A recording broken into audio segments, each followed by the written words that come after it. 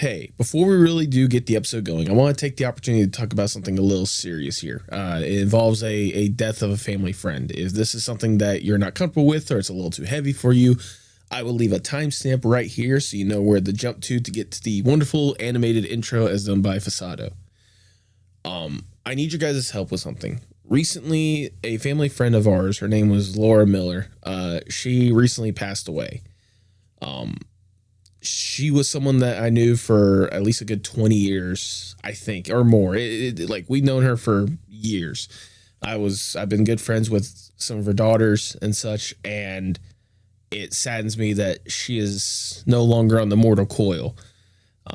Unfortunately, when she passed away, she didn't have any insurance or any savings, so the family has been stuck with the cost when it comes to cremation and stuff. So in the description below, there is a GoFundMe that one of the daughters has set up in order to help pay for the funds. They're trying to get $3,000 by the time the Day of Remembrance is going to be, which is in June.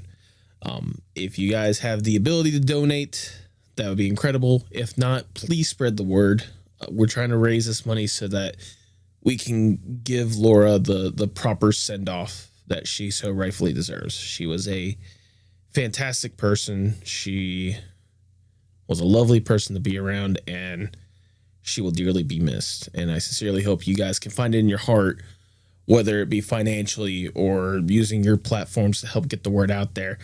I sincerely hope we can make it easier on the family to lay her to rest and move on with life at the end of the day. So again, if you are able to, please go into the description below, check out the GoFundMe, donate if you can. Again, if you can't, please spread the word. Thank you so much. And now on to the Postmodern Art Podcast.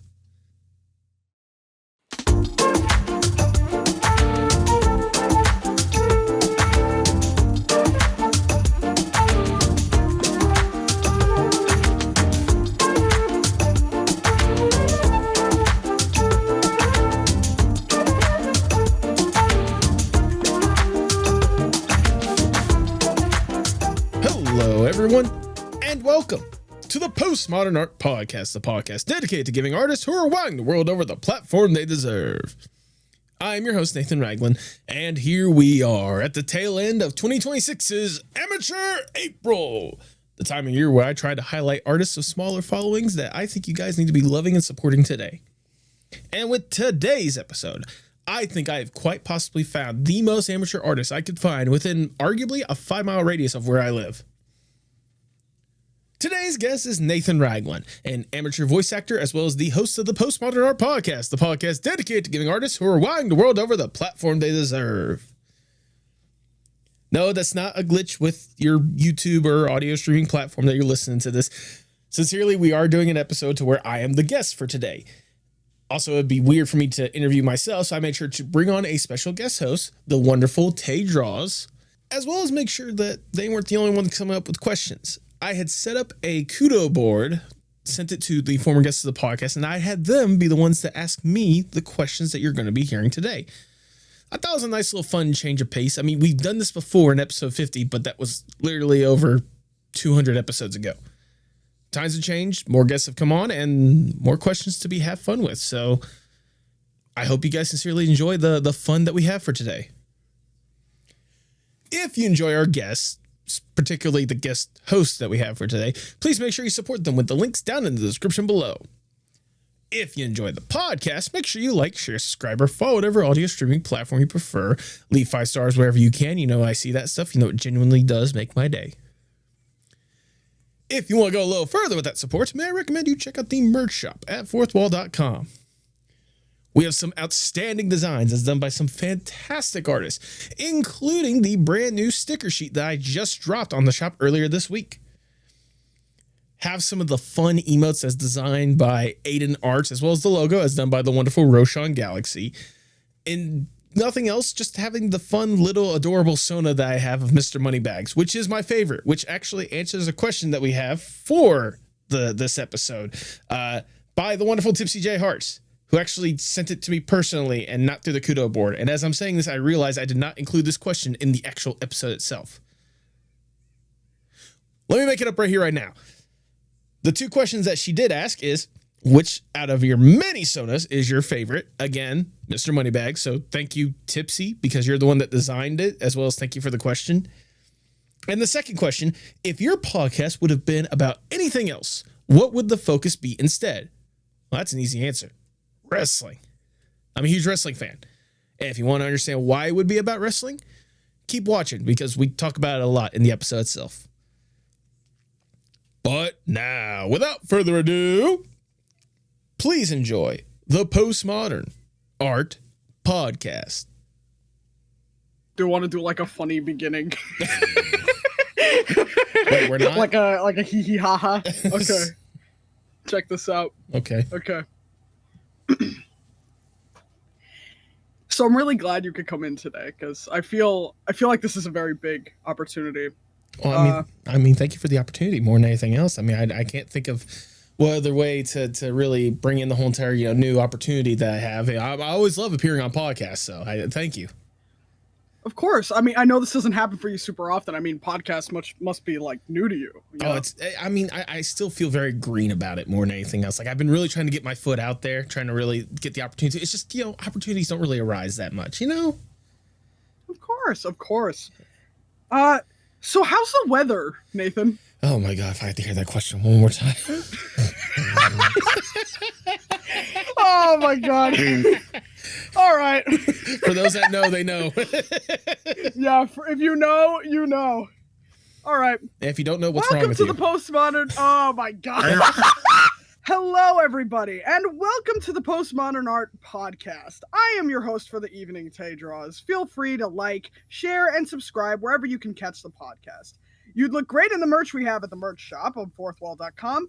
Link it to that in the description below.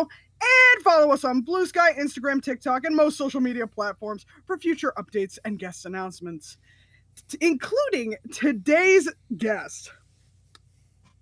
He has been a podcast host for 5 years now, giving artists and creators, big and small, a platform to discuss their projects, lives, and general creative process. He has asked all the questions everyone has wondered about, even hosting his very own award show. He has asked everyone else the questions, and now we get the opportunity to ask him some questions. Ladies and gentlemen, and everything in between, the ever so talented Nathan Ragland, aka the Postmodern Art Podcast. Woo! Thank you so much Glad you can make it. Thank you so much for a fantastic intro. That it feels special to hear it from someone else for once. I know. I can imagine you having to do that for everybody else, and hearing it for you must be crazy. Honestly, it kind of is, because it's like, I take the time to try to make sure that I try to hype up the guests a little bit when it comes to that little intro or whatnot. And so to have it, reversed on me, I'm like, oh, so this is how it feels. Okay. Yeah. You look into everything. You do all that research and you write out this really nice intro every time. Mm-hmm. So I wanted to try to do that for you. I think you did a really good job. Thank you. I did my best for you, bud. There you go. All right. So, welcome to your own podcast. Do you want to... I've been asking for this episode. I was going to say, do you want to describe what exactly the world is going on, or do you want me to have the honor of doing that for the people that may be wondering what bizarro world have they entered into? We can kind of do it we can kind of both do it. Okay. We could kind of maybe not swap the between. Maybe not the same time, but no. You start. I'll help explain.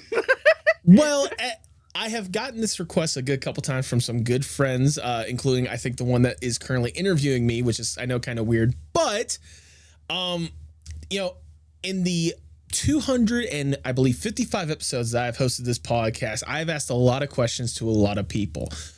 I decided that for this one to literally flip the script, if that's the case, and I wanted to have the guests themselves interview me in a way. For those who don't know, in the podcast server, there's a special area for guests. I gave them a kudo board to fill out some questions, and we've got a good handful of them from some fantastic guests, and a bunch of them from one guest in particular. Hi, Gear Punk.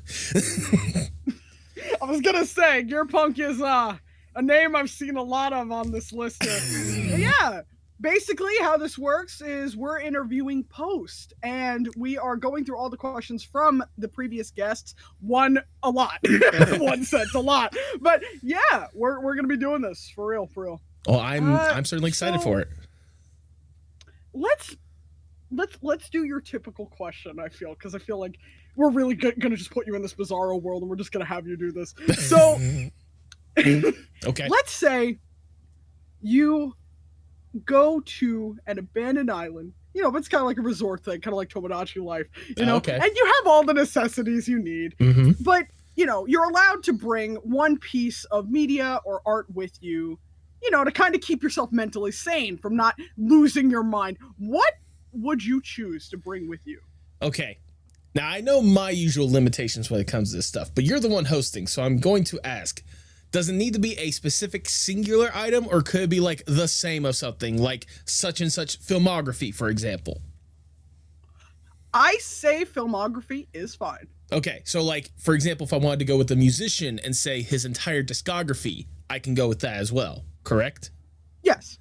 Then if that's the case, easy answer for me. Tyler, the Creator's discography. All the albums from Tyler, the Creator. Yeah, yep.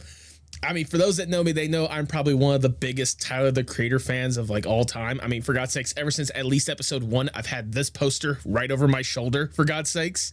That's true. Yeah. I mean, like, the way that Tyler...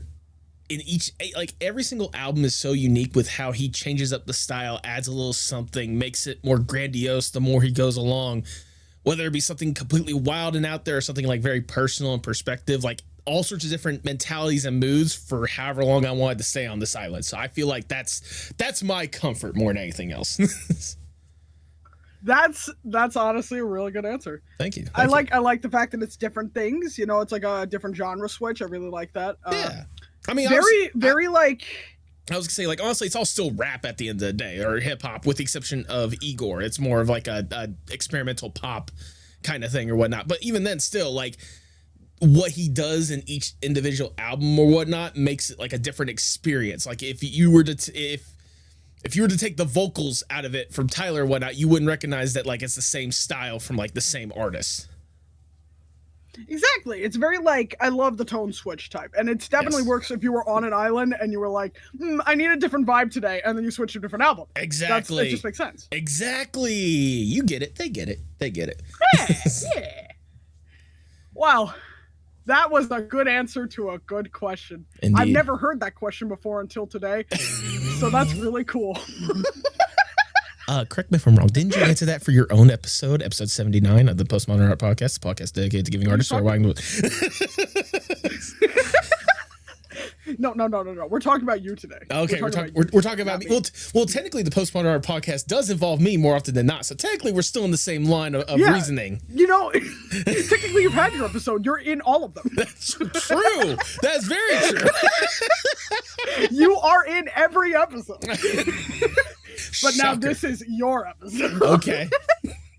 All right. Do we just want to like hop right into the questions? I say we just go right to the kudo board, unless there's something else you want to do beforehand. I say we jump right into it. I say we just go right into it because honestly, we've had a pretty good intro going here. So. I love this intro. This is 10 out of 10, top notch. Thank you. All right. I'm gonna just start from the board and go up. I think that's the best way to go about this. Okay. So I'm gonna go with the question I sent in first because I'm just that way. What is one of your favorite quotes from an episode of the podcast? It can be any episode. See, I'm not gonna lie. I peeked at the kudo board beforehand, trying to get kind of an idea, mainly just see how many questions. I was just seeing how many like people posted on it more than anything else.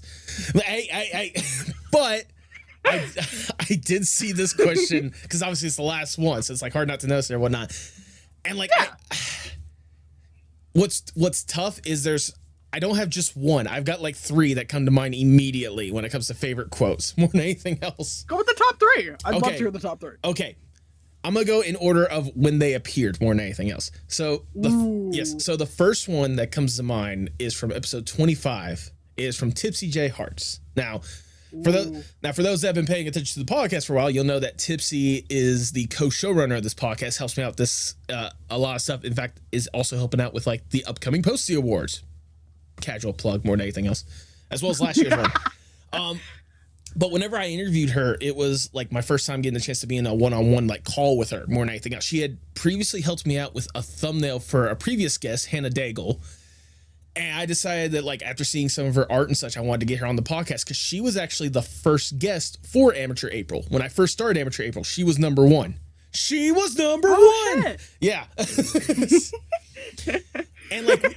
And we go through the interview, we have a fun time, and then we get to the point at the end where I usually do like the exchanging back and forth of like, hey, I think you're this incredible artist, and she hits me with the Uno reverse and is like telling like the sweet things, just being like, I think you're fantastic, you seem like a good guy, and I really wanted to help, and I'm glad for the opportunity. I had said, oh, you're gonna make me cry, without missing a beat. She just goes, good, cry.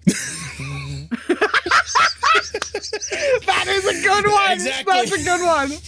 So oh man, that's the first one. The second one is gonna be, I don't remember it word for word, but the second one is actually gonna be from the first episode that I had Will Wood on the podcast, and it was mainly his description on how the normal album came to be. Again, I'm not gonna get this word for word, but like we had asked him like how exactly did the album like develop to be what it is more than anything else, and he had described that like most of the writing of it came in one night. It's one of those, he had gone to Atlantic City because he gone to Atlantic City because he wanted to get kind of an idea of like normality versus like this normal versus the average normal more than anything else, because like in a normal society like the what you'd see in like Atlantic City, like all the gambling, drinking, all that kind of stuff, like that wouldn't be approved, like all the bright lights, all the gambling and drugs and all that kind of stuff. Like it's weird that in this weird place, and he's going like very elaborate with this, like very descriptive, talking about like all the beautiful scenes, beautiful things, and then he's just like, so then I took a bunch of drugs. So then I went. Wow, I already fucked that up. Fuck. It's okay. You can do it again. Go on. No, but like he again got this whole entire elegant thing, talking about all this kind of stuff, and he's like, so I took a bunch of shrooms, went to my hotel room, got butt naked, turned on porn, and just started writing the album. Oh my god. Yeah. Like you don't forget a quote like that, especially when it's preceded by again this elegant description of like the vices of a gambling city like Atlantic City more than anything else, and then just the bluntness of like, so I just got fucked out of my mind and started writing shit. Like, and then the fascinating. Absolutely, and then the last one. This one's just more for me. This one's just for me more than anything else. It was when I had Senior Palo on the podcast. Absolutely one of my favorite. Like I could point to like 5 different points and say that's like my favorite quote. That's my favorite quote. That's my favorite quote. This is my favorite quote. But honestly, the way that he had set the tone right off the bat is honestly like what describes the entirety of the episode for me more than anything else. Because I had asked him the icebreaker question to kick things off. If you would be on a desert island, what would you bring on the island? And he had said, he had initially said a pen and a paper so that I can like write down. I don't remember the exact word. It was like I write down something or whatnot. Like it might have just said I might write down my suicide note or something along the lines of that. I don't remember the exact phrasing, but I was like, no. Like you have all the amenities or what? Because he's like, because I'll go crazy if I don't have like, this. I'm like, no, you have all the amenities. Like you have all this stuff on there. Oh, well then a nuke.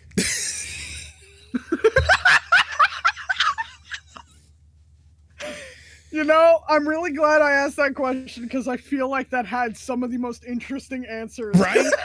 Now you see why it's hard for me to pick just one good quote more than anything else, because there's a lot of good quotes. I should have said top 5, honestly. I should have said top 5. Oh, goodness. I mean it's good.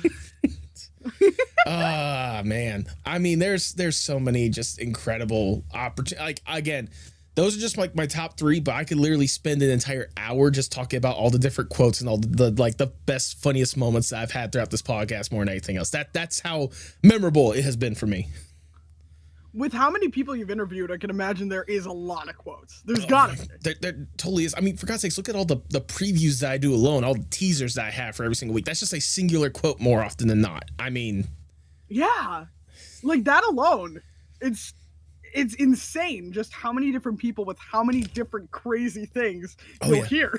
Exactly. It's the wonders of podcasting. If people are wondering what's the cool thing about podcasting, you get funny shit like this.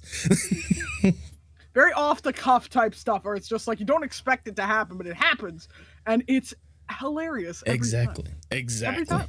Exactly. All right. Let's see what other questions we got on this board here. It's from our good friend Gearpunk. Hi, Gearpunk. There we go. You know what, Gearpunk. You know, with all the questions that Gearpunk should have that Gearpunk had asked, I should have just had him like host the podcast or whatnot, because he seems to be I'm offended. You know, I put my time in for you. I'm sorry, okay.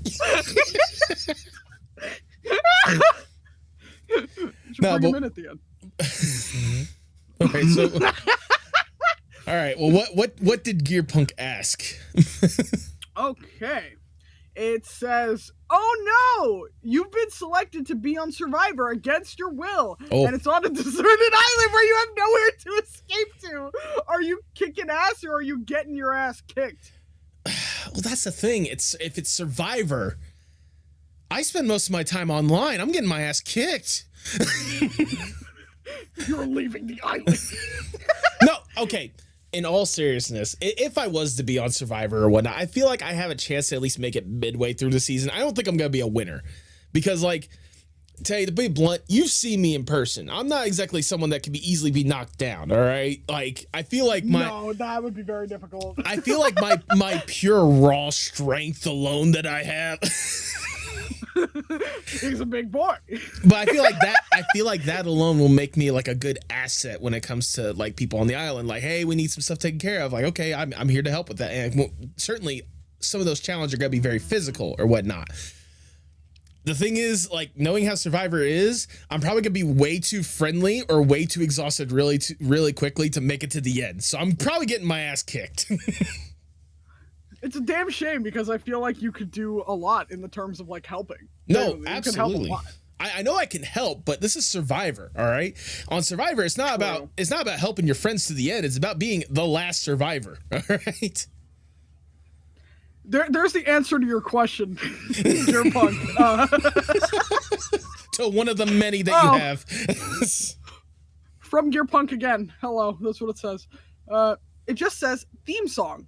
Now, Gearpunk, I don't think this is a question. You wrote theme song! Exclamation point! Play the theme song.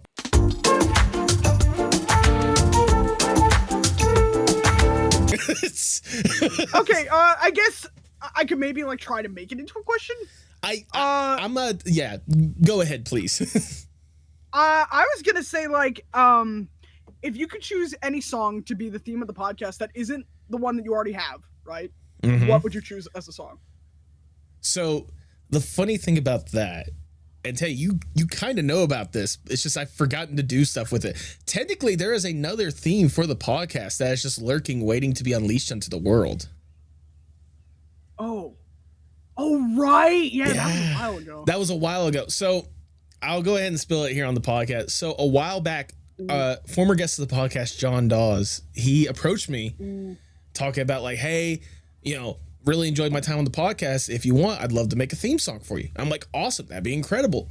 And like, he took the time to make it. Like, it's about like 45 seconds long. It's the obvious pop punk that you would expect from Tae Draws. It sounds incredible. There's like a little chorus part or whatnot to where people are chanting the name of the podcast. And I made sure to, and he was cool with it, obviously. I made sure to get myself, to get Tipsy and Tae to be part of the chanting part, to chant the postmodern art podcast.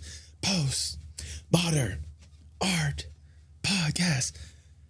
I got it back. It was fantastic. I've wanted to get it animated, but I've just not had the funds as of late to pay someone to animate it. Like, I really want to get it animated and put up in the front, similar to the one that Fasato has for the current theme for the podcast, which I absolutely love more than anything else. But like, if I ever get the opportunity to finally get it funded, that's going to be the theme.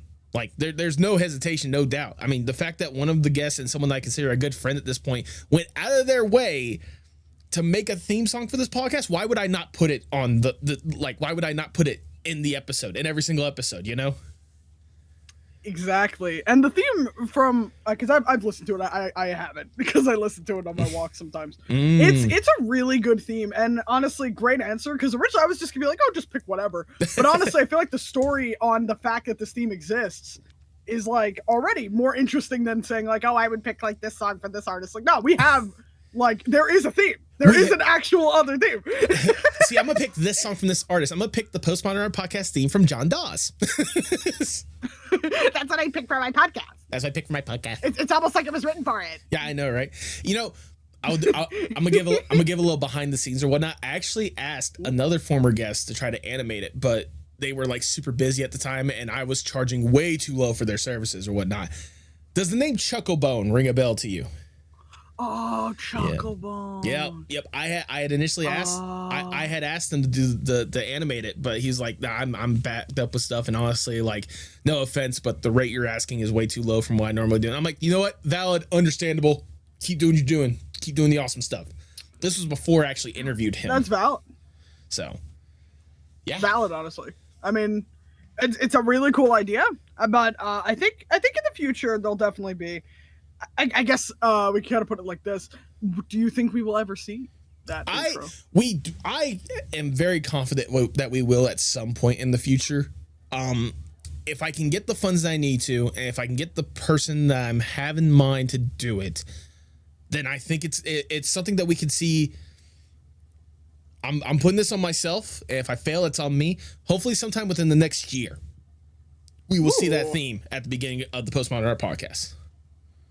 See, so if you guys want to see that, you can also donate to Patreon and or other things that help the podcast. Or buy the merch, because not only does that support me, that supports the artists that have made merch on the podcast, on the merch shop more than anything else. Yeah. You can get some merch. You could support the podcast. So do that. If you want to see the theme, do it. I'll say you can get cool merch. This isn't my merch, but you can get cool merch like this. Just saying, because it's from the same website. That's my merch. I know it's your merch. I was gonna clock it later. I was gonna be like, "Hey, buddy, that's mine." Look, I couldn't help it. It's good merch. It is. All the stuff from Fourth Wall is of high quality, and exactly same as anything from the Post shop. Honestly, all of it's great.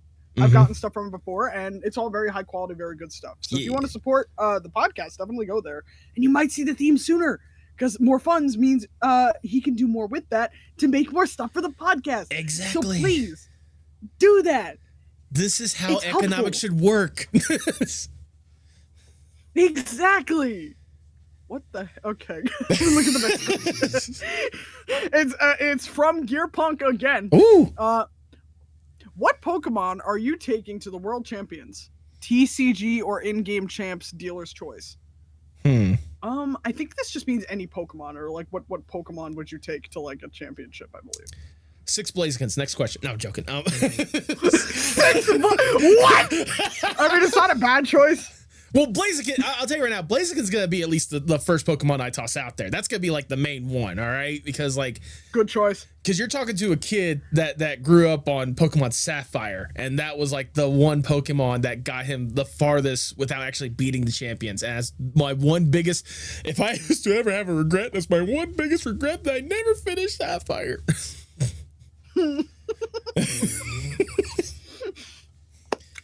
Honestly, though, Blaziken's a very good pick just because of his moves are very good. If you have close combat, it is pretty much the cheat move to any Pokemon game. Yeah, straight up. It really is. All right. I'm going to go with Blaziken. If we can go with legendary Pokemons, I also want Kyogre, the big giant whale Pokemon. Like Kyogre. Oh, Kyogre. There you go. I for some reason I thought it was a T, not an R. Oh, that's okay. But yeah, Kyogre. Yeah. What the fuck did I just? Big whale. Big giant whale. Big blue whale.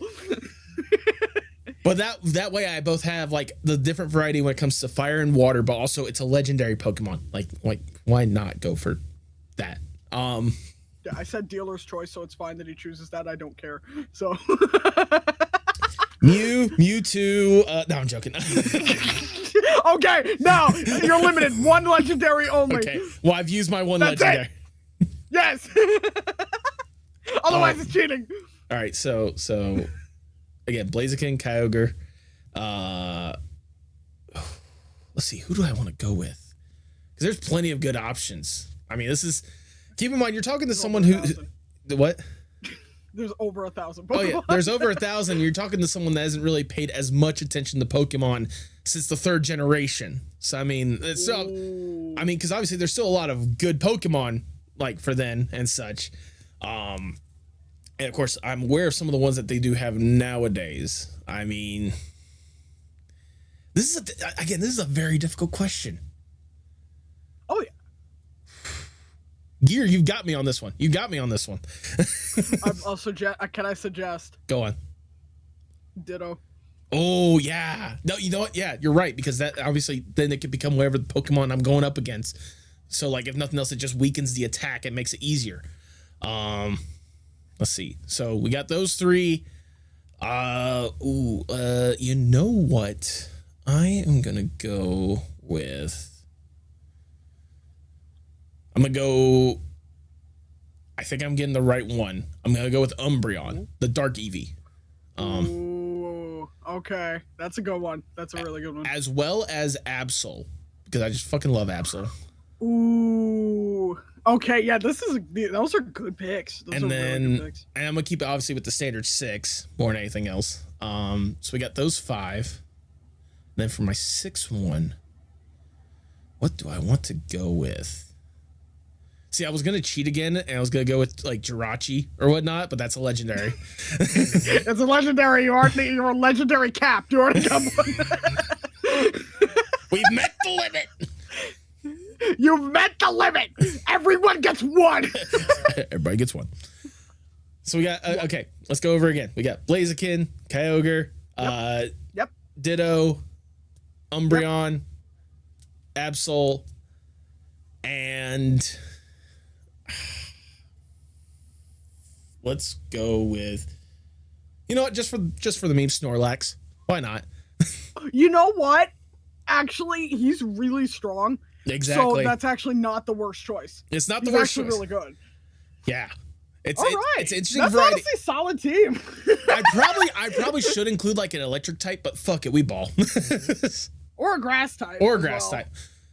Yeah. Well, I mean, you do have water and fire though. Well, I was gonna say, isn't Absol like? Aren't they like dark and grass, or am I just imagining that? You might be imagining that, but I think Absol can learn. If they can learn a grass move, you're safe, right? Okay. Because then they can just use the move. There you go. That makes sense. Even without being the type, because some of them can learn a move without being that type. Okay. Yeah, that is right. That is right. But there you go. I think the evolutions can too, actually. But yeah. Pokemon. I play Pokemon Go every. Sorry, I'm sorry to bring the cringe. I apologize. All right.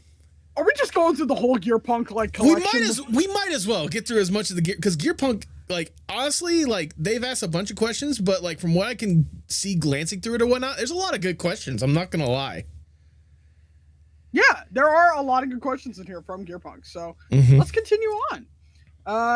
This is from Gearpunk again. Not to yuck anyone's yum, but you have been given the stand for a freebie to yuck the yums. What is a piece of pop culture that irks you whenever you see it? Ooh, controversial. Well, the cheap answer would the cheap answer would be AI more than anything else. But I mean but I mean, fucking, it's easy to clown on that. It's easy to hate that. That's not the big, like, trust me, there are a lot of people that hate AI. Trust me, at least generative AI. I'm up front in the front lines with that shit. But when it comes to like just popular pop culture that irks you whenever you see it, you know what? Got the grenade, pulling the pin, Uh-oh. Taylor Swift. Oh, I knew it. I knew it was coming. I knew it. I was like, he's going to say Taylor Swift. Oh. Like, I get her appeal. I get why people like her. I get that, like, she's a entertainer and really connects to the audience. It's just not for me. And I like every single time I hear some of the songs or whatnot, I need to turn the channel or I need to skip the song when it comes to Taylor Swift. I am not a Swiftie. I apologize, people out there that are. Well, you were allowed to yuck someone's yum, and you've yucked a lot of people's yums now. So. I have yucked at least the yums of probably the population of several small countries in Africa. Holy shit. I mean, think about how many Taylor Swift fans there are out there. There's a fuck ton of them. That is true. There are a lot of Swifties out there, and now they will all be mad at you. But you know honestly, what? you said it respectfully. But you know what? You say that if they're going to come after me, that means that they're going to be watching the video, which means I'm going to be getting views. I'm going to be getting money from their views. So please come at me. You heard them. You know what to do. Now, actually, this leads to an interesting question, right? Okay. Because this is kind of the opposite of that question. Okay. Another one from Gearpunk.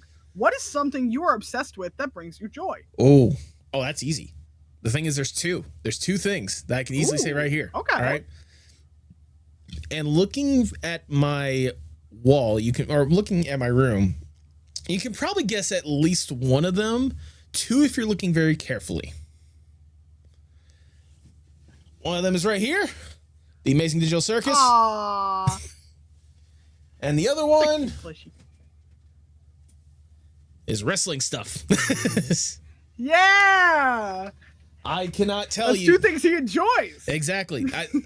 Like, if you want to talk about things I obsess about that brings me joy, I mean, wrestling alone, that's how I was able to connect with a lot of people, especially in college, and still do connect with a lot of people just talking casually about it. I've been able to connect with a bunch of former guests of the podcast because of it, because it's just been a fun thing for us to chat about more than anything else. And, like, look, Tay, you've been in enough calls with me and the boys that like watching wrestling and such. Like, you see how easy it is for us to like break down stuff, obsess over little details and all that kind of stuff, like fantasy book stuff in our head, like we're the guys running the show. So yeah, there's a whole fandom for this. I didn't know this before meeting some of these guys, but there is a whole fandom of people who love wrestling, and Nathan over here is one of them, and yeah, two very good interests, honestly. Yeah. Very different interests, but I can see why you would like both, honestly. Believe it or not, there is actually a little bit of crossover between the two, surprisingly. Please tell me. There was a random episode of WWE NXT television to where someone in the front row had a Pomni doll, and you can clearly see. In fact, one of the wrestlers goes up and interacts with the Pomni doll or whatnot. So it does cross over. It does cross over. Okay, that's incredible. Oh my god! What? Wow. Yeah, I know, right? And like, again, that was just the wrestling aspect. Can we talk about the Amazing Digital Circus? Can we talk about the Amazing Digital Circus, my friends? Yes. How in the world did this thing come from out of nowhere to become one of the most like attention grabbing, like lore defining, like fucking red string corkboard, all that kind of stuff? Like the way that Gooseworks and the team has weaved the narrative and like the interesting world that they have or whatnot. I don't think I've ever been this obsessed with a show. And there's been a lot of shows that I've watched in my day, obviously. But like, I've never been this obsessed with like how something is going to turn out. And like at the time that we're recording this is before the final episode comes out. And I made sure to get my ticket to see it in theaters. Thank you. I am also going to see it in theaters, and I'm very excited for it. Are you seeing it the day it drops, like the 4th, or are you waiting like the weekend of? It's gonna be the weekend. Okay, so I was gonna say mine is the same here. It's gonna be the Saturday of, so yeah. Yeah, we're literally going the same day. Which means after the fact we can talk about it and be little gremlins about it to each other and probably cry because it's probably gonna be one of the most emotional endings ever. Yeah, and it's gonna be very hard to watch. In a good way. Obviously. Oh man. it's crazy that got into theaters. I'm very happy about that. Mm-hmm. They rightfully deserve it. Absolutely, especially with all the work that team has put into that, and especially with what Glitch has done to really like amplify not just their own voices, but like voices of others when they can and such. Like, they absolutely deserve this opportunity to put indie animation into theaters to a wider audience at the end of the day. Of course. It's a very big deal that happened, honestly. And it's just, it's a very good, like, series, and it really did come out of nowhere and just sweep. Exactly. Swept the fucking, like, scene. So, two very, very good obsessions to have. Thank you. That ironically cross. They do actually cross. I was incorrect on that. All right. Let's see what else we got on the board here. We got Gearpunk. What's your favorite way to waste time? Being in a call with my friends on Discord. Simple yet true.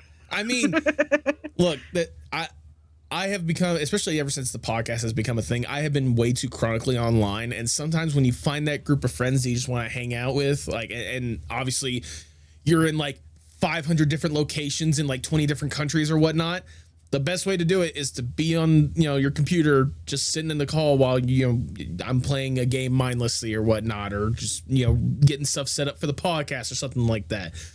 Being in a call with my friend, it's the classic, like, it's the modern day version of you and your buddies at work going down to the bar after the fact. That's what it is at the end of the day. And I can't get enough of it. It's really a vibe. And honestly, it really, it wastes, it's a good time waster, but it's just, it's a solid thing to say, honestly. Very solid answer for that question. Thank you. I appreciate that. Of course. But you're asking some one of those friends or anything. I was gonna say, you're asking some really good questions today, Tay. Thanks, I got them all from Gearpunk. If I ever meet Gearpunk, I'm gonna be like, I had to read out all your questions. All right, speaking of Gearpunk, favorite wrestler of all time and why? Okay, so this is gonna be an unusual one for people that pay attention to wrestling. All right, now people might be expecting me to say something like, a big name when it comes to like, CM Punk or Roman Reigns, Bray Wyatt, Brock Lesnar, Dwayne the Cock Johnson, all that kind of stuff. And yes, that was very intentional. But for me, is a wrestler by the name of No Way Jose, and there's a very specific reason why. So, I started getting into wrestling in 2016, and one of the first things that me and my college buddies did is we were in college going to South Georgia. It was literally 20 miles from the Florida border. We took like a 2.5 hour drive down to Jacksonville. No, it was Gainesville. Oh. No, yeah, down to Gainesville, Gainesville, Florida, to watch NXT wrestling shows, because they would do like little, small house shows at, like, for this one, it was like the Martin Luther King Jr. Recreational Center. Like, it was a literal gym that kids like play basketball and stuff in or whatnot. It wasn't like the big arenas of WrestleMania or anything like that. The first event that I went to was February of 2016, and one of the first matches on the card was a wrestler by the name of Biff Busak, which is always a great name to just say, Biff Busak. Biff Busak. But he was going up against a wrestler named Levis Valenzuela Jr. And this man, again, this is the opening match. This is the thing that's setting the tone for the rest of the evening. They put on just the most fun show, and Levy's more than anything else is just as charismatic as all get out, more than anything. So cut to a couple months later, and there's this new wrestler coming on NXT television. His name of No Way Jose. I wonder who could this potentially be. Looking online, I see, this is Levy's. This is the guy that I absolutely loved, like, watching for the first time when I got into wrestling. Hell yeah, it's good to see that they gave him like a character and such. It was a weird character. They gave him a dancing gimmick with like a conga line going behind him, but you know what? Wrestling's weird in the first place. You just gotta roll with the punches, literally. So cut to the following year, 2017. Me and my buddies, again, we're going to Gainesville to watch another one of the NXT house shows and such. And when they had those house shows back in the day, they would have like a fan of the night thing to where if you use like the hashtag NXT Gainesville for that night, you were entered for a chance to win like, tickets to like the next show that was going to be in Gainesville, like a little prize pack or whatnot, and the opportunity to take a photo with one of the wrestlers.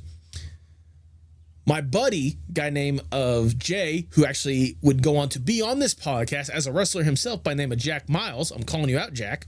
Oh. He won, but as he was going to get his stuff, he sees that the wrestler is No Way Jose. He knows how much I love this guy. And so he's like, comes back to me, shoulder, you're coming with me.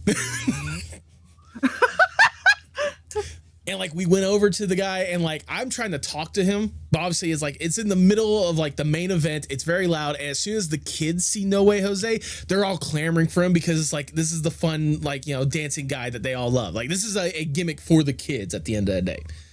Got the photo. It was a fun time, and I was so glad to have it. I even had I was such a big fan of No Way Jose. The shirt that I had for the event was a shirt that I got off a Redbubble of someone that did fan art of No Way Jose. Like it wasn't even like an official No Way Jose shirt. Yeah.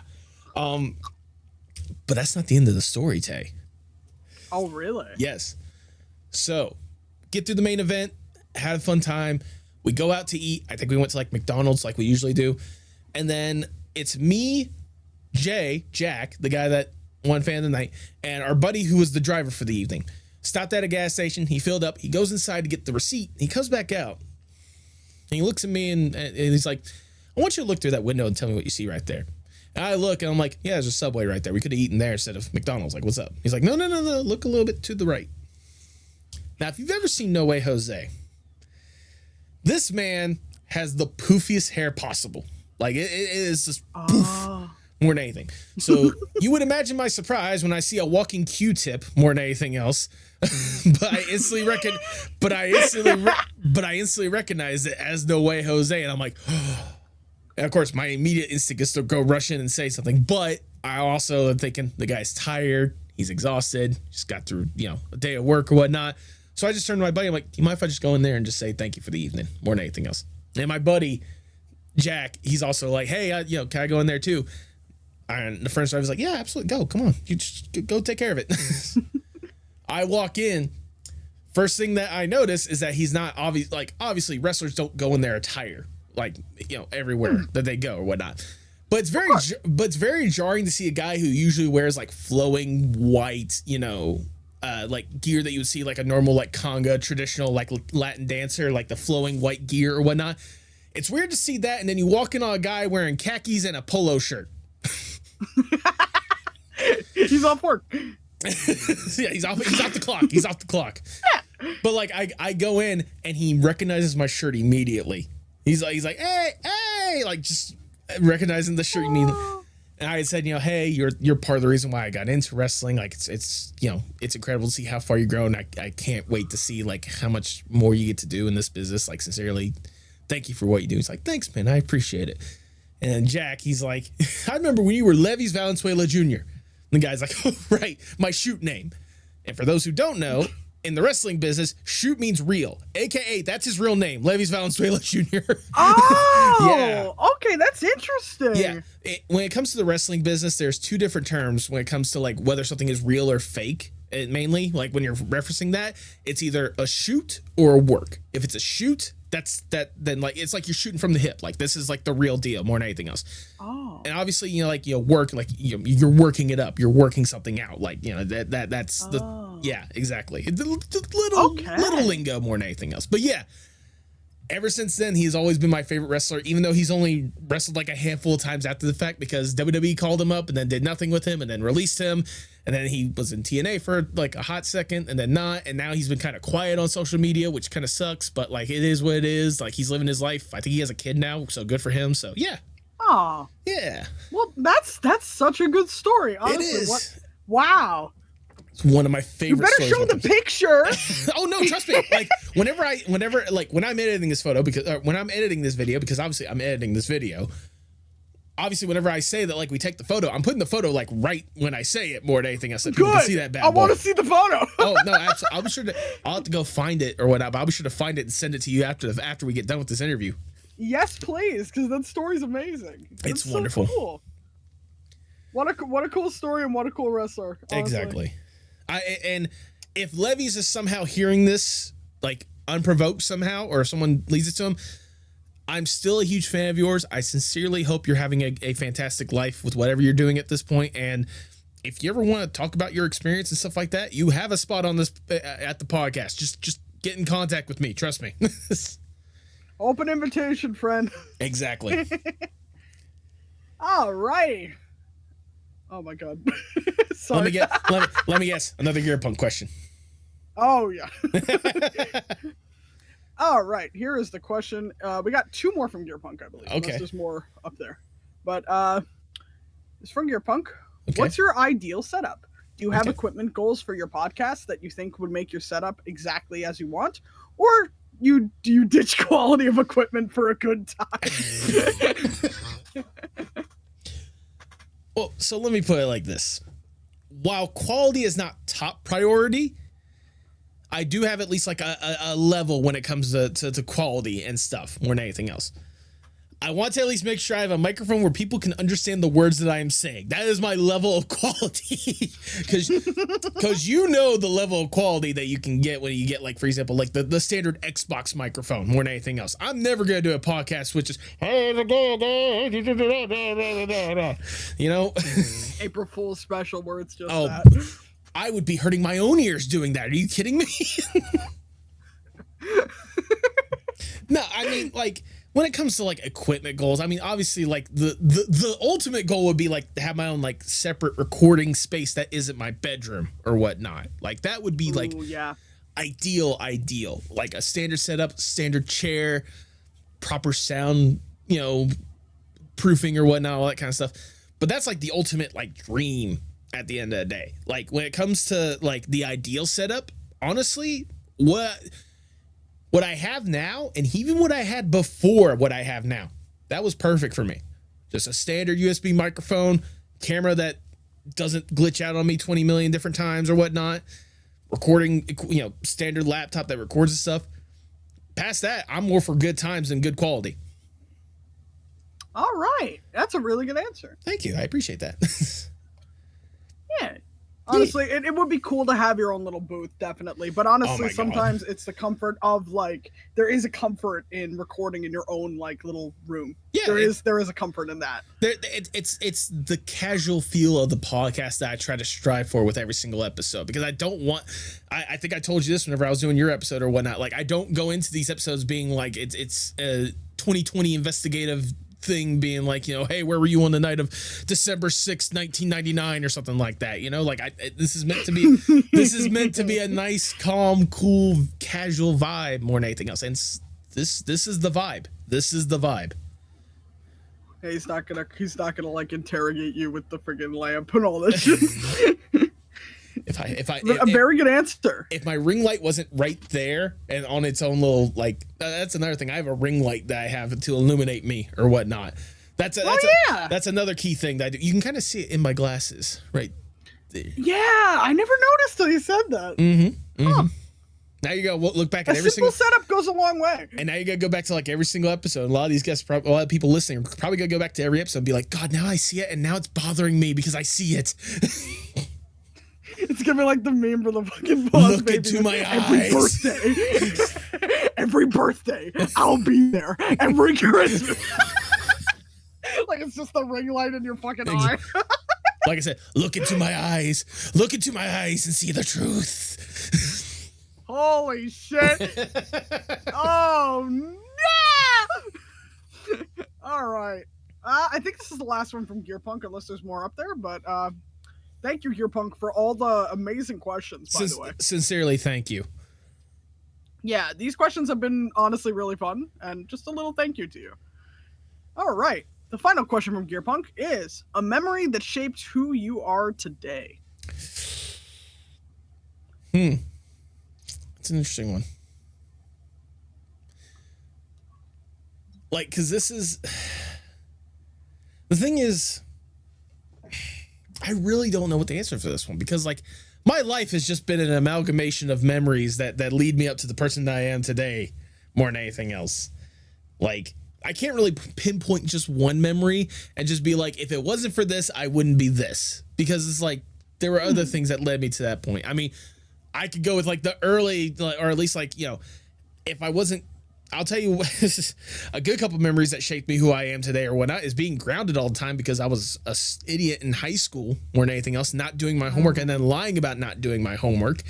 It made me realize it's, you know, what I need to do in order to have instead of have not, or at least I understands what the have nots so that I appreciate what I do have at the end of the day. Like there's that, but then there's also like a lot more fun and enjoyable one. Like, for example, the wrestling trip that I talked about, like obviously seeing Levis Valenzuela and, you know, No Way Jose and seeing what he became and whatnot. That's obviously a memory that shaped me. Hell, one of the most recent memories that we shared more than anything else has honestly shaped me a lot more than I can even think of. That was our trip to Baltimore.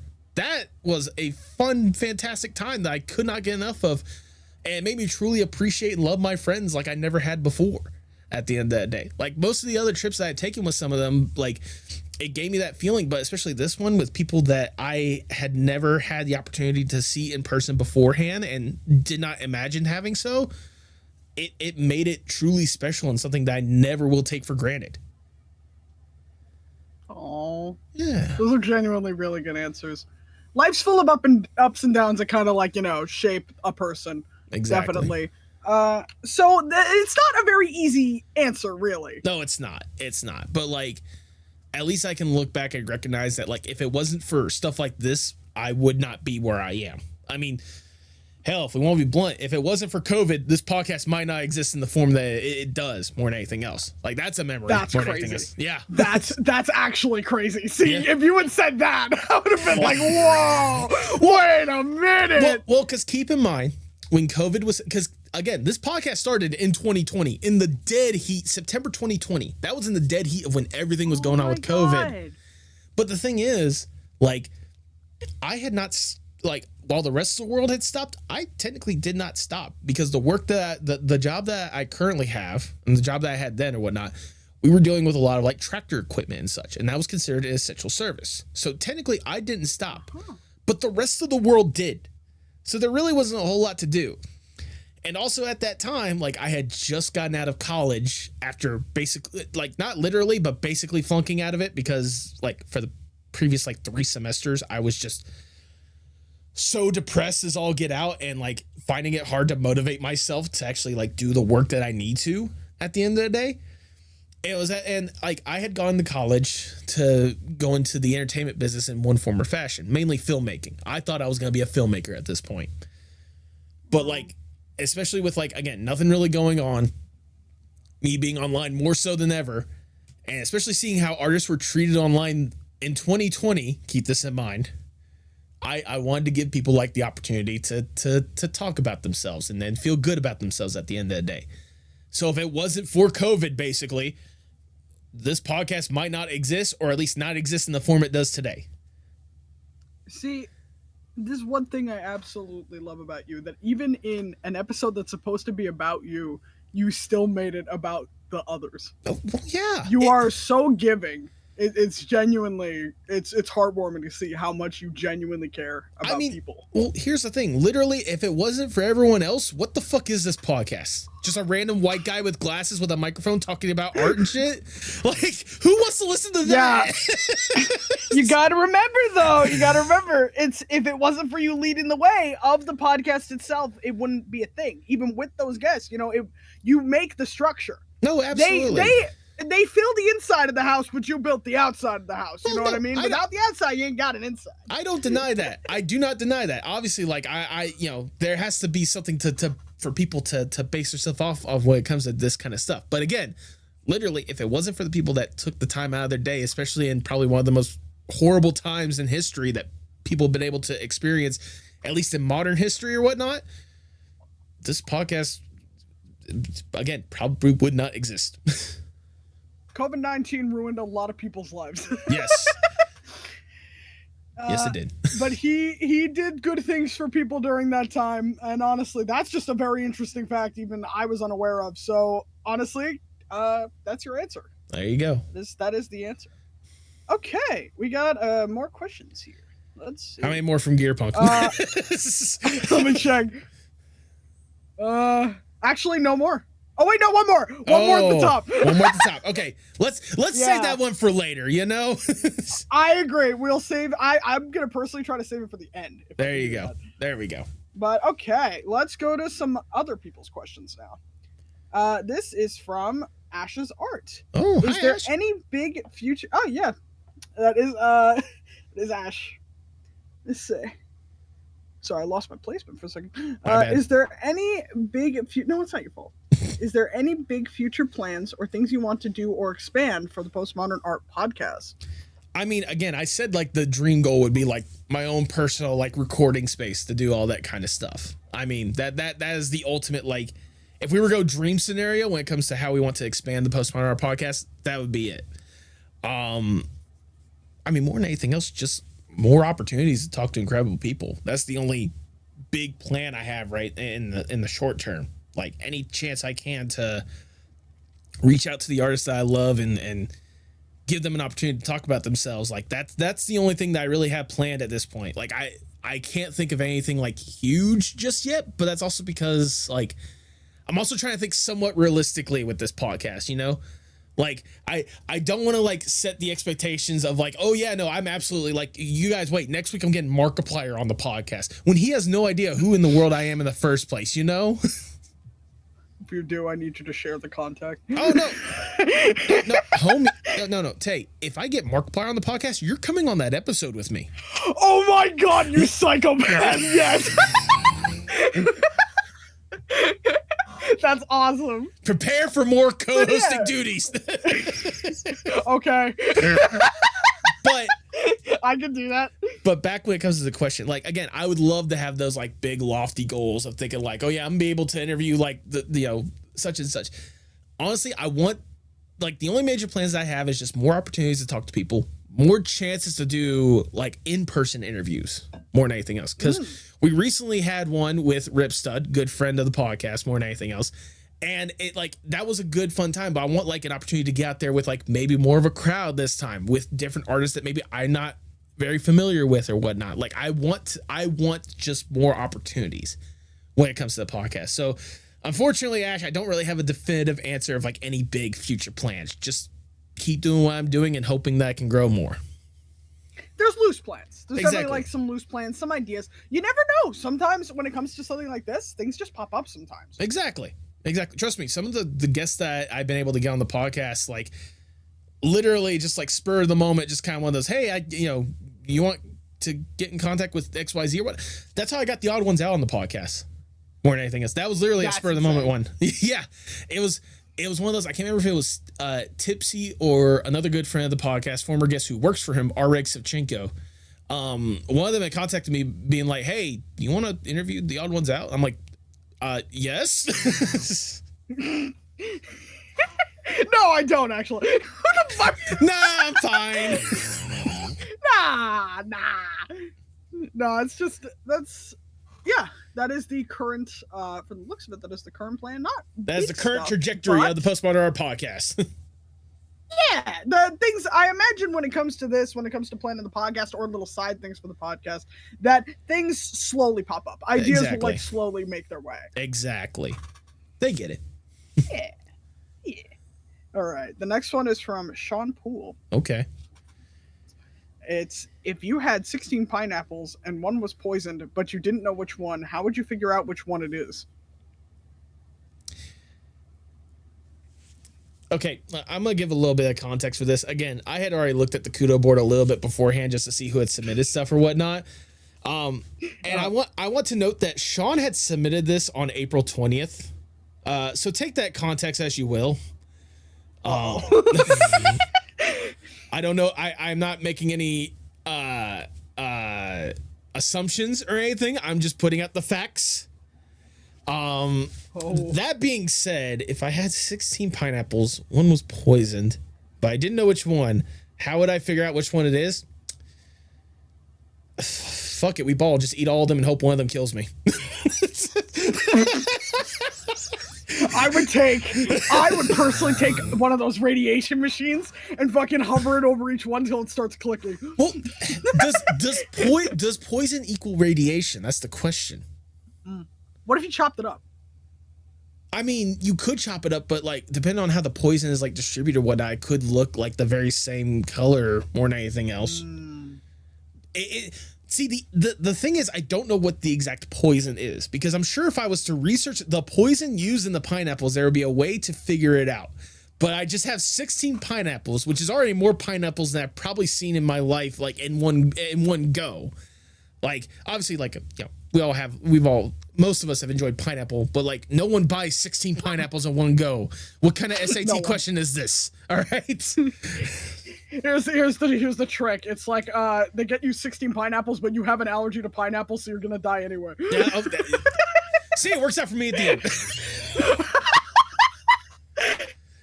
Sean, I have no idea how to answer that question without knowing what the poison is. Exactly. Like, Sean, I love you, buddy, but like, I don't know what answer you were expecting. Genuinely, this is like, I know I said you guys can ask any questions that you want, but this is so far out of left field. Genuinely. I have an answer. Okay. Banana. Anyway, next question. Banana. I like that answer. Banana. Banana. All right. We're moving on. This one is from Sunny. I believe, because I was looking at this earlier or whatnot, I believe this is Sunny Dewdrops, who is the most recent guest of the podcast that I had. So, yeah. Thank you for the question, Sunny. It says, do you have a favorite genre of music? Well, no, I direct you to the picture. I direct you to the poster behind me. Obviously, like, I'm a major, like, rap and hip hop head at the end of the day. Like, the way that they are able to say so much with sometimes either very limited or very over the top stuff, and especially with just the incredible like variety that there is when it comes to rap. At the end of the day, the fact that there are so many different kinds of rap, so many different elements that could be put into it, like so many different sounds that could come out of it. I mean, you could say that about a lot of genre of music, but the way that hip hop does it, to where it can sometimes be some of the most like sentimental and thought-provoking stuff, or some of the goofiest things you've ever hear at the end of the day. Like, I don't know why, it just speaks to me a little bit more than some of the other genres of music. Hey, that's completely fine, honestly. What about you, Tae? What about you, Tae? What's your favorite genre of music? I have too many. I mix between so many things. I have over 5,000 songs this month. Valid. There's a lot of great music out there, but that's definitely a good pick, honestly. You can say a lot with rap. You can say a lot more sometimes even with rap than you could in a regular song. Exactly. Which, yeah, that's incredible. I mean, just look at, like, again, Tyler's a good example, but also look at, like, for example, Kendrick Lamar. Whether it be the serious, sentimental, like, introspective stuff with, like, you know, stuff like To Pimp a Butterfly, which is a fantastic album and definitely a top 5 one for me. Or whether it be the savage beatdown like you get from Not Like Us. Like, the range alone is incredible. Incredible. All right. Let's see. This one is from Wolfie the Bunny. Ooh, hey, Wolfie. All right. It says, all right, theoretically, what if, and this is a theoretically, by the way. Okay. You got all the money from a trillionaire who mysteriously disappeared on April 19th. This is theoretical, by the way. Okay. Don't look into the wire transfers. Just answer the question. What wire transfers? What would you do with the money, trillionaire? Okay, well, first off, I want to say we're recording this I want to say that we're recording this after April 19th. And last time I checked, I don't think a trillionaire existed, nor has one disappeared. So I think we're safe in saying that this is a theoretical. It is theoretical. But what would you do with that amount of money? Well, first things first, I'm the realist. No. No, first things first, I'm paying off all my student loans, all the car loan stuff. I'm making sure that I am debt free first and foremost. That's the easy answer. Yeah, taking care of that. secondly, I'm getting my own place because as much as I love being here with my parents who have been gracious enough to let me stay with them or whatnot, I am pushing 30 years old. I need my own house. All right. Mm-hmm. But also on top of that, I want to be able to set up my own studio. I want to make a like postmodern art productions or something along the lines of that. Ooh. Like I want there to be a legit studio to where I can produce stuff that I've always wanted to do, or some of the previous guests on the podcast come to me, have their ideas, and we can work together to make it reality. Because I've had so many guests on here that have done so many incredible things that I want to see come to reality at the end of the day. And obviously I have $1 trillion. Like if it fails, all right, fuck it. We got more money. Let's throw more money at it and see if it works. Or like this idea failed. All right, I'm sorry. But like, let's go with this one. Like this is what the studios always dream of, having the money to say, fuck it. Right. That is a great answer, honestly. Exactly. And I get to push stuff out there into the world, especially with like the money I have. I'm going to make some connections. And with those connections that I have, I can get those to a wider audience so that people can see that kind of stuff. And soon this indie animation stuff is actually going to be a legitimate thing. Or it doesn't have to be, or it doesn't strictly have to be animation. It could be publishing. It could be like music production. It could be TV production, legit live films, wrestling promotions. You've seen the wide variety of guests I've had on this podcast. Like there's a lot of stuff I can do with $1 trillion at the end of the day. It could be like an indie studio, right? Exactly. Where like you just produce all sorts of things through the indie studio. Exactly. Like I said, postmodern art productions. If the name isn't taken. Beautiful. Or if it is taken, fuck, I got $1 trillion. I can pay for the naming rights. You can pay to get the name. I can pay to get the name. And also, before I even go on that whole entire little indulgent thing, I'm going to make sure to kick back a little bit to my parents because, for God's sakes, they've had to deal with me for almost 30 years. The least I could do is help make sure they can get like a better house and not have to bust their tail ends. See, that's honestly a really good answer to that. That's really nice. Yeah. I think about this stuff a lot. I genuinely do. Like, I always have that kind of like hope of like, what in the world is gonna like, you know, if I had legit, and I mean this in the most blunt way possible, if I had fuck it money to where I could just say, fuck it, I'm doing my own thing, what would I do? And this is stuff I think about. Like if I had just like the endless wallet of a trillionaire. That's honestly, yeah. It's a lot of very good things to do with that kind of money to take care of yourself and the people around you and to, you know, put good things out into the world. Exactly. Because we need more good stuff out there in the world. 100% agreed. This next one is from Moa. Okay. I believe that's how I say it. Yes. Again, I saw this one. This is Baphomet the Clown, the person that is doing like Sinking Road and such. Oh, that's great. I really like them. Yeah, they're a really cool person. Oh, yeah. Incredible what they do. Absolutely. What are some movies / indie animation / games you're really excited to see in 2026? Well, I think we already illustrated one of them with one of the questions I answered earlier, and that's The Amazing Digital Circus: The Last Act. Like that's very good answer. That's the tip top when it comes to like anticipation more than anything else. But also supposedly, if things go according to plan, I just mentioned it, but Baphomet, their film that they've been working on for over 5 years at this point, Sinking Road, should be released this year. Hopefully, fingers crossed. And I cannot wait. I cannot wait to see that more than anything else. Obviously, whatever Glitch is doing, I'm gonna be very anticipating for it. At the end of the day, I know at the time of recording this, they're about to drop their newest pilot, Gameoverse, if I remember correctly, the one from Rubber Ninja, Ross from Game Grumps or whatnot. Yeah.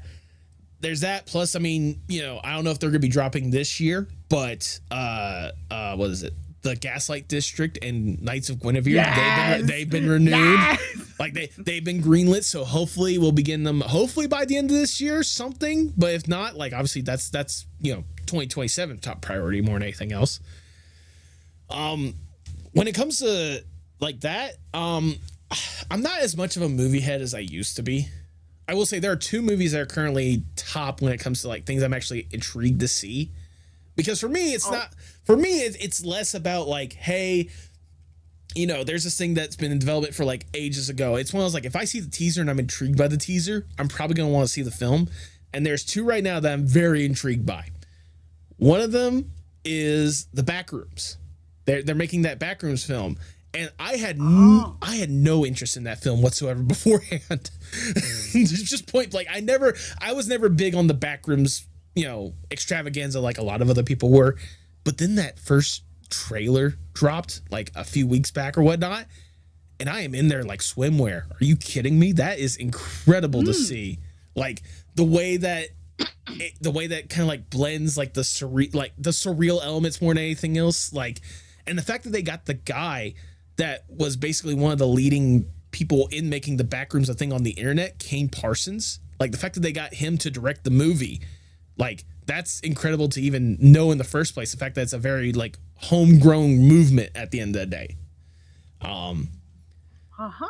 There's that, and then like on the other end of the spectrum, something that's going to be probably very silly, very goofy, but I just love the trailer for it, and I want to see more of it. I want to see that Street Fighter film. Have you seen the trailer for the Street Fighter film? No, I haven't. Oh my god! If there was ever a video game movie that was the perfect embodiment of what the video game represented, that's, at least from the trailer alone, that's it. They nailed the vibe of what Street Fighter is, because you obviously have the seriousness when it comes to like some of the themes and some of the fighters and such, but you also have like the goofy things that you would expect from like Street Fighter, like from any sort of fighting game. Literally, one of the lines in it is, I think Ryu just literally shot fire from his hands. That's literally one of the lines in the trailer. Oh my god. That does sound kind of fun. Exactly. Like, they're not taking it as seriously as they could have. Like, it's one of those, like, they understand. Hopefully, from the trailer alone, they understand the assignment and they're going to have some fun with it. That is all I can hope for. Some really good stuff coming out this year. There honestly. is. A lot of great stuff. I'm really excited for Gameoverse, mainly because I have recently watched a lot more Jay Schlatt, and I'm so excited to see him voice that shit. I'm genuinely so hyped to see it. I know.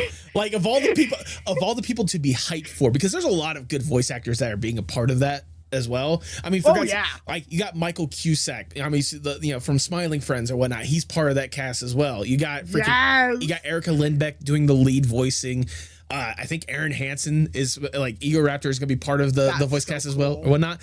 But the fact that Jay Schlatt has like the most memorable lines or whatnot just warms my heart at the end of the day. It's not even a different. What I love about it, it's not even a different voice. No, exactly. It's just Schlatt. It's just Schlatt. Hey, look! It's the internet's favorite white boy. You could shoot fireballs. Were you gonna tell me? Oh my god! Oh my god! Very excited for that. A lot of great stuff coming out from both indie and is there any games actually? Any games you're looking forward to? Not really, no. Like, as much as I love video games or whatnot, there's not really that I'm like eager to like look forward to. I'll tell you what, if I could get a Switch 2, I'd be more than happy to get Tomodachi Life. I'd love to get that. You can play it on the Switch 1. I mean, I know, but like, I don't have I have no faith in my Switch when it comes to that. Valid. It's Tomodachi Life is a great game and everyone should play it. Absolutely. Yeah. Just simple fact. I mean, if nothing else, I get a lot of osmosis watching you play it, which, yeah, so. That'll come out later. So people, maybe go check the link in the description below and check out Tae's channel. There might be something that, to keep an eye out for. Yeah. All right. Very good answers to all that. Okay. Very good stuff coming out in general. Let's see. We got one from RD Nicely. Which, if you look in the thing itself, it says Malapeach. Hi, Malapeach. Hi, Malapeach. Thank you. There are two questions here. Okay. So we'll start. You want to go start with silly or start with serious? You know what? I just got through with a very serious answer. Let's go with some silly ones. Let's go with the silly one. All right. So this is a silly question. This is the first question from them. Okay. It's, if you had to fight one former guest WWE wrestling style, who would it be and who do you think would win? Okay. I have an answer for this. And I'm going to need you to hear me out on this. All right. I'm going with Maxwell Flyweight. Because here's the thing. One, he's trained when it comes to wrestling more than anything else. So he understands how it goes down. But two, he also understands that it's not always about who wins or who loses. It's about telling a good story, whether it be serious or silly. And knowing how Maxwell is, we'll have a fun time one way or another. But obviously, seeing like the size difference that we have or whatnot, I mean, obviously, I'd win. I mean, if we're basing it off a size difference, I mean, just saying, just this raw, uncut strength. But like knowing how Maxwell's gonna be in that match or whatnot, considering in fact the training that he has, like it's gonna be a fun time. I just know it. I know it's just gonna be just a silly, goofy time. Everyone's gonna laugh, and technically we'll all be winners. Or fuck it, True. Or fuck it, it'll just be a double count out for the both of us, which I mean, that seems very justified to this. Honestly, I would love to see that. All right, and we'll go with the serious question from Mallow Peach. It's, do you have any dream guests for the pod? Ooh. Like any artists who you'd be absolutely thrilled to get on the show? I have too many to list. Top three. Go with top three. I'd like to say, I was gonna actually legitimately say, okay, I have a top three that I can think of. You know, like so because I've made lists before that I posted online of like people that I would love to have on the podcast. Sometimes it works out, sometimes it doesn't, which is fair. But if I have to go with the top three, I'm gonna go with most realistic to least realistic. Bet.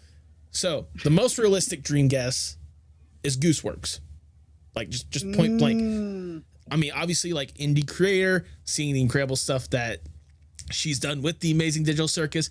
I would love to try to like peer in her brain somehow and see how in the world this stuff even came about in the first place. I know she's answered a lot of stuff online when it comes to like somewhat when it comes to production stuff, but like honestly, like with that, as well as like what led her up to this point, given like some of the incredible opportunities that she had in the past, like for example, you know, she worked on the Hazbin Hotel pilot, right? Yes, I do. Yep. Like I'm so intrigued to see like what got her up to this point, and like honestly, I want to know like how surreal it must still be to her, to seeing just the reception that show has had. The second one, not as realistic, but I feel like is somewhat realistic, is Steve Burns. Do you know who Steve Burns is?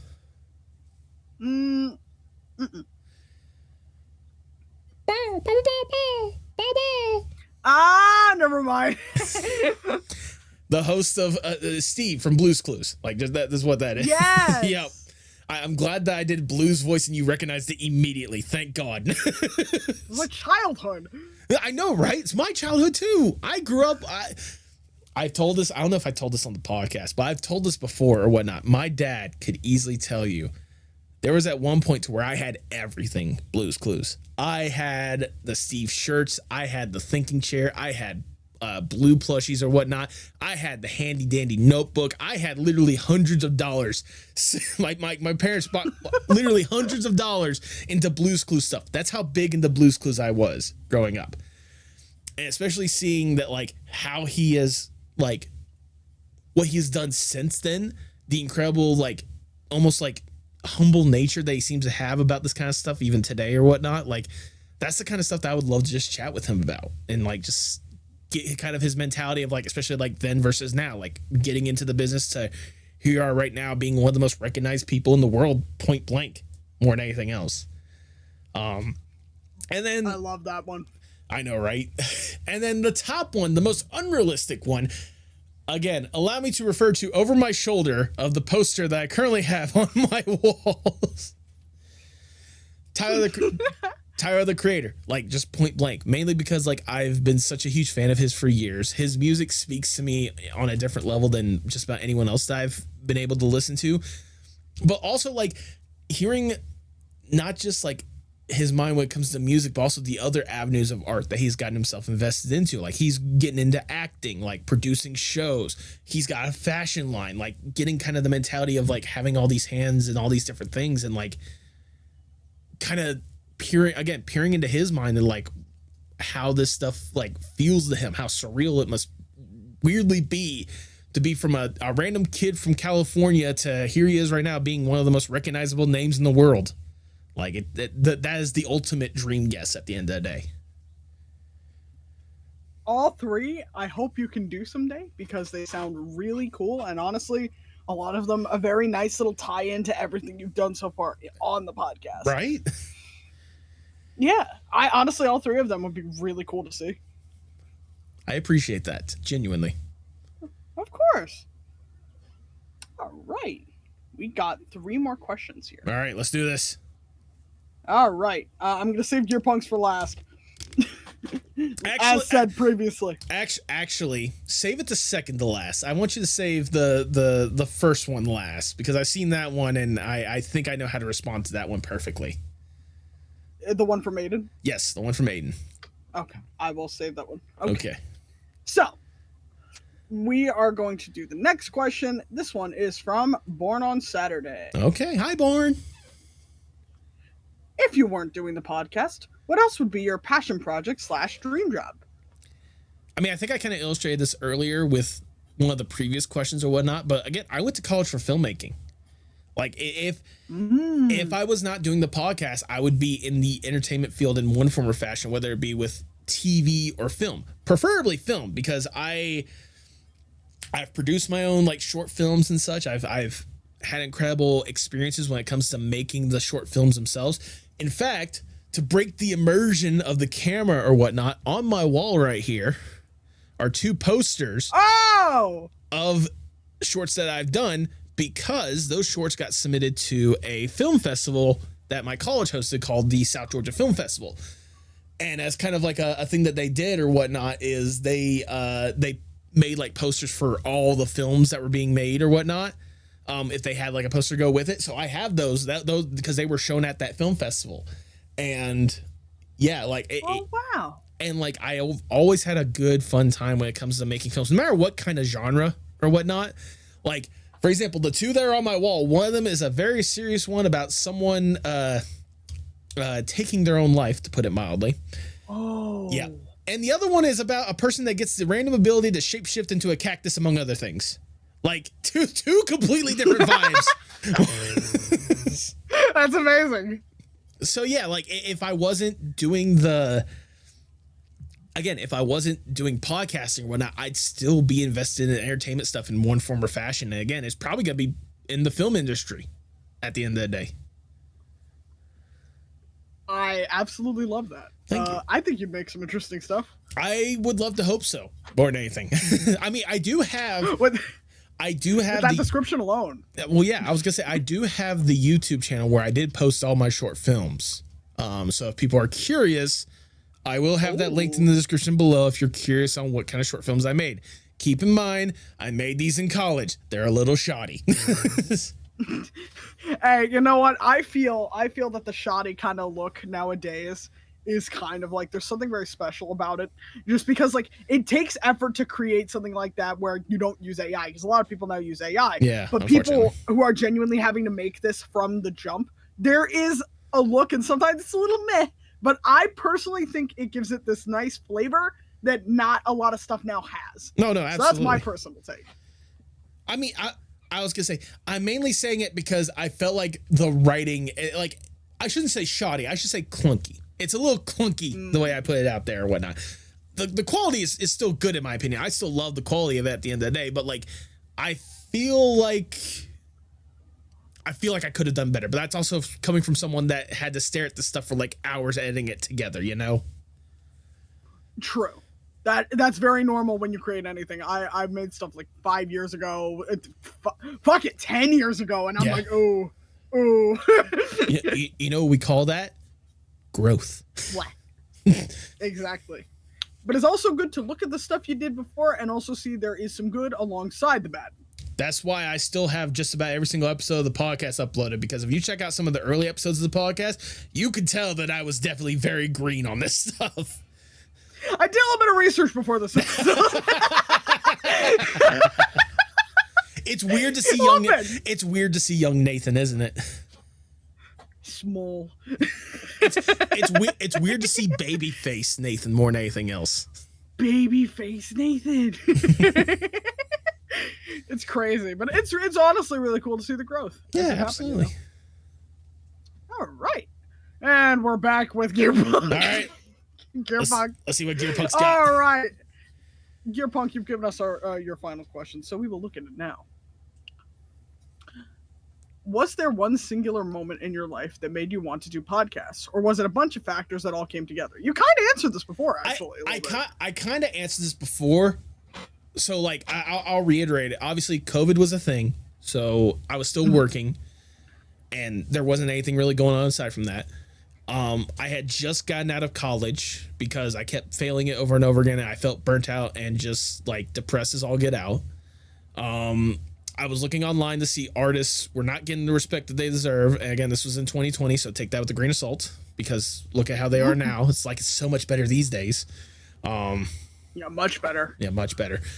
But also throw in the caveat of like, there was a couple of podcasts I used to listen to here and there. The biggest one that I knew about when it came to podcasts in general, I don't know if you ever heard of this podcast called the Misfits Podcast. Basically, if you know like Swagger Souls, Fitz, Toby on the Telly, like those YouTubers, yeah, they had a podcast at one point, and like that was my first exposure to podcasts because I was a huge fan of their stuff. And seeing that they have more content, I'm like, I want to listen to more of their content, which led to some of the most insane stories that you could ever hear about. Seriously, if you guys have not heard of the Misfits podcast, I recommend you check out episode 1, where they talk about their experience going to a Polish strip club. That's incredible. Exactly. But like to go back to the question in particular, there really wasn't there was a bunch of factors that came together when it came to like making and developing podcasts or whatnot. But there was also like a certain singular moment that I particularly remember. It was, again, around August or September. And I was on, when it was good, I was on Twitter at the time. And I remember, I remember around that time, there was an artist, I can't remember their name off the top of my head, but honestly, it's a dime a dozen these days. So, I mean, there was an artist that was getting canceled because they were, just a horrible piece of shit, put it bluntly.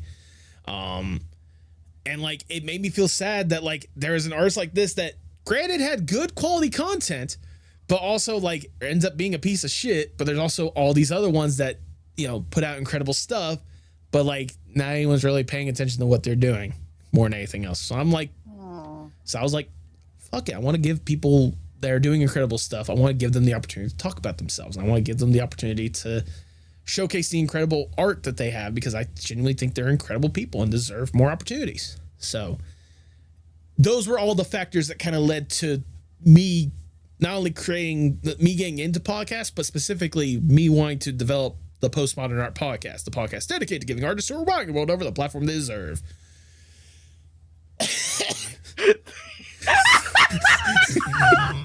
The cough afterwards.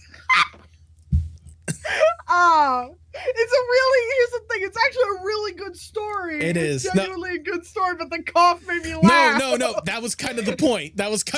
Breaking the tension a little bit,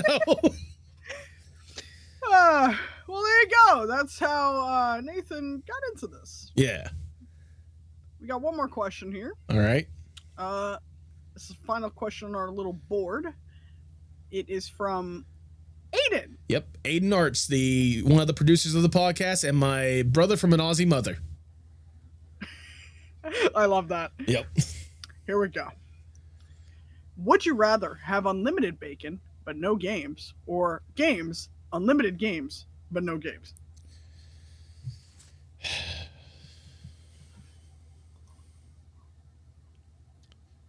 We really saved the toughest question for last, didn't we? I think so. I believe so. Yeah. Can you read it back to me real quickly? Yeah, of course. Would you rather have unlimited bacon but no games, or unlimited games but no games? This is gonna be a tough one. I might get some flack for this, but I can't back down from this stance. If I'm going to commit, I have to commit. I'm going with unlimited bacon but no games, because food is good. Fuck the games, I got friends. I like the charge up for this. You heard it here. He doesn't like games. wants bacon. Fuck games, give me bacon. Fuck the games. He wants bacon. You heard it here, folks. The question you've all been waiting for.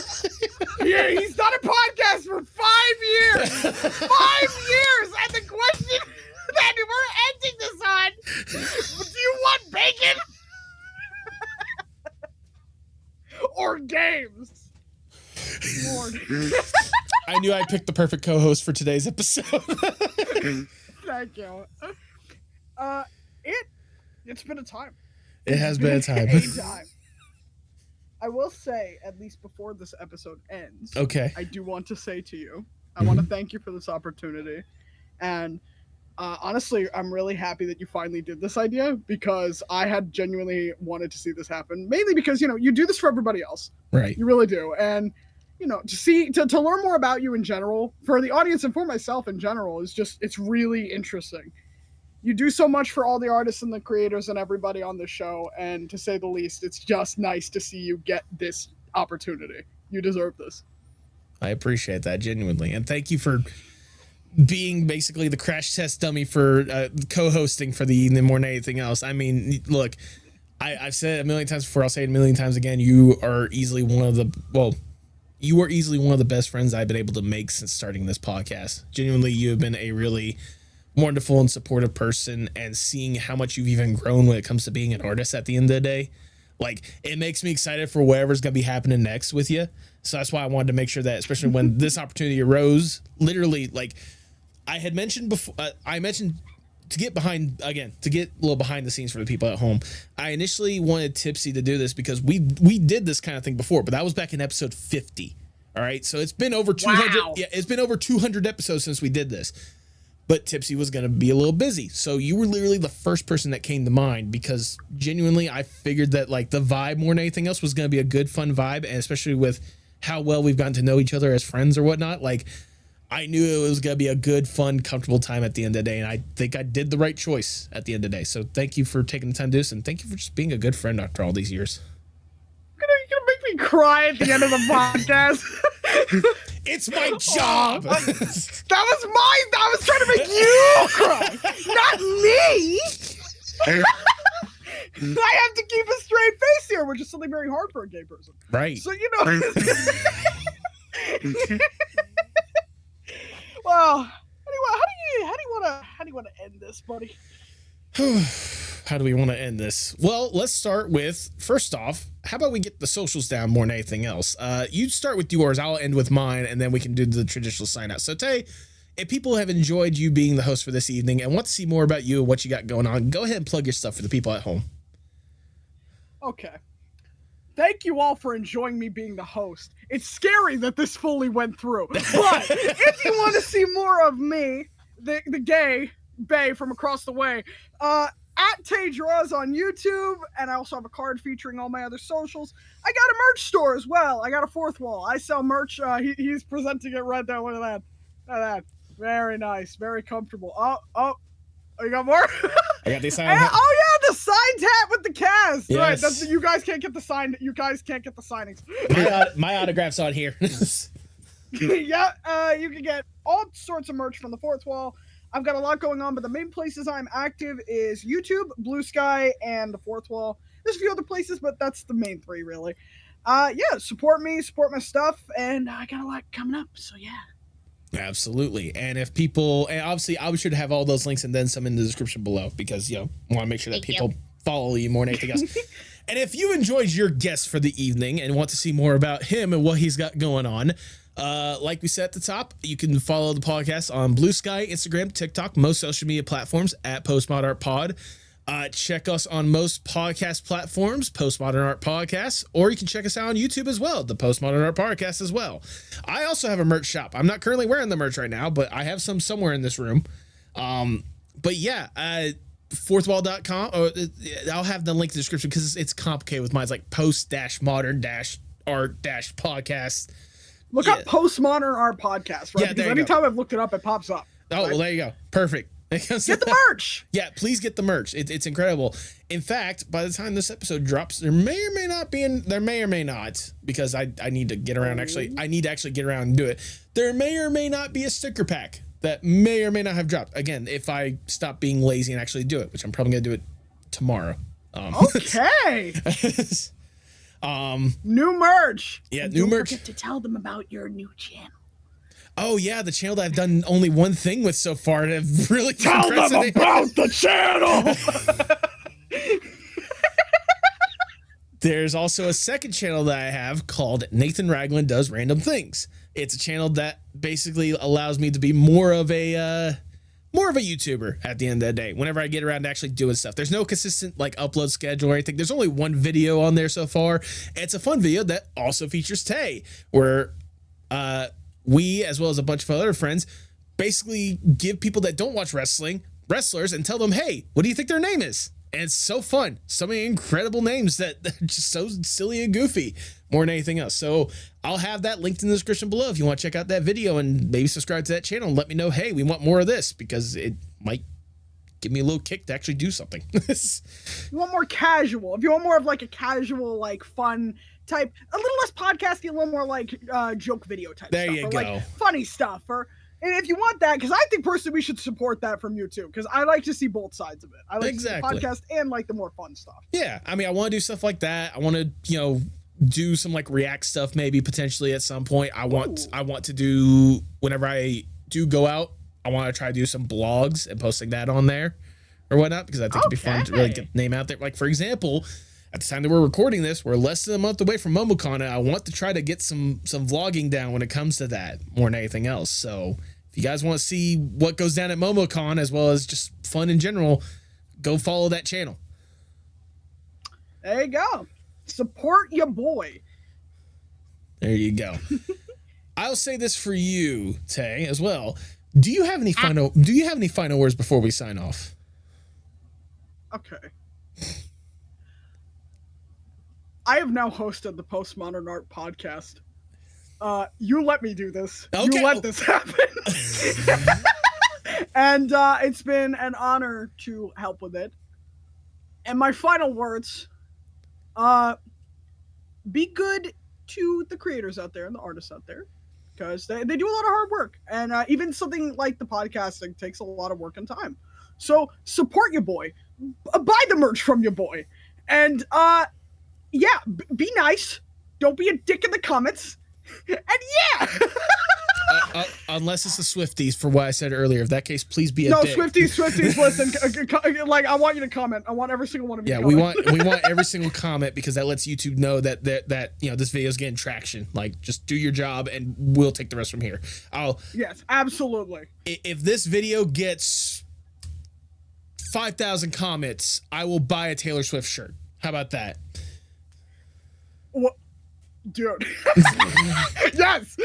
Okay. Yes. Do that. Absolutely. So that's on y'all. 5,000 comments and I will be forced to 5,000. And I'll be forced to get Taylor Swift some money. All right. Even if the shirt doesn't fit me, I'll buy something directly from her shop. Oh no, get something that fits you.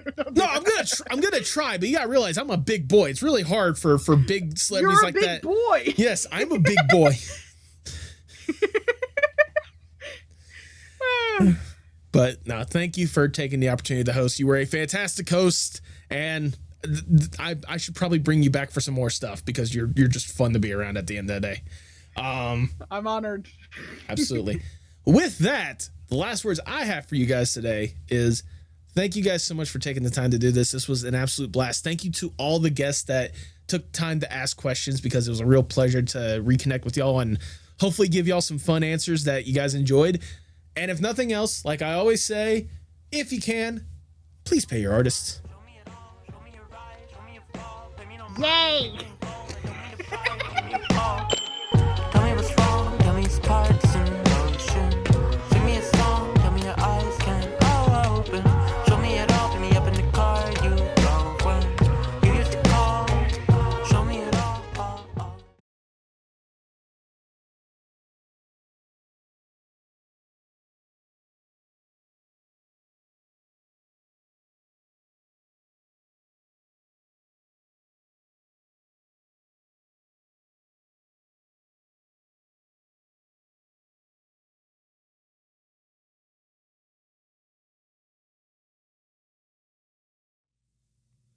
thank you so much for sticking around to the end. If this is your first time listening, I cannot tell you how much I appreciate it.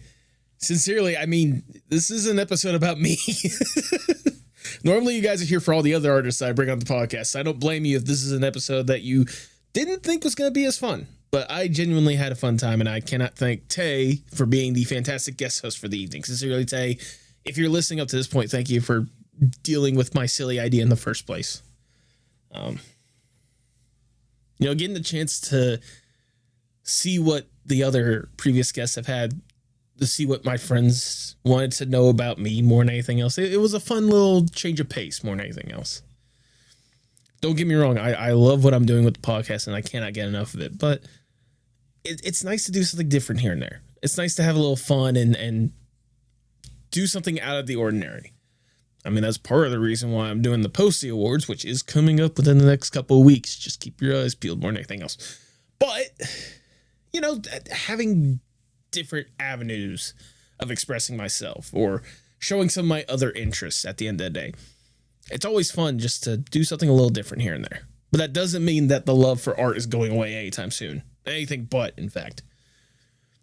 I'm making sure that I still showcase that love. I mean, I feel like I did a good job with that in the middle of the episode itself, as Tae could probably attest.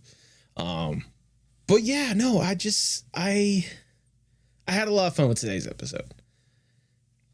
And I sincerely hope that you guys enjoyed it. You guys got to learn a little bit more about me. And if you were already showing a lot of love and support, I hope you continue to show that love and support. Not just for myself and the podcast, but the incredible guests that I bring on here on a week-to-week basis. I said it in the episode itself, but the podcast would not be what it is without the guests. And that's the same that goes to you guys, the audience. I would just be talking to the void if it wasn't for you guys taking the time to check this out, listening to it, sharing it with your buddies, being like, hey, this is a fun little thing that you should listen to. It genuinely means the world for me that you want to continue to showcase that love. So thank you.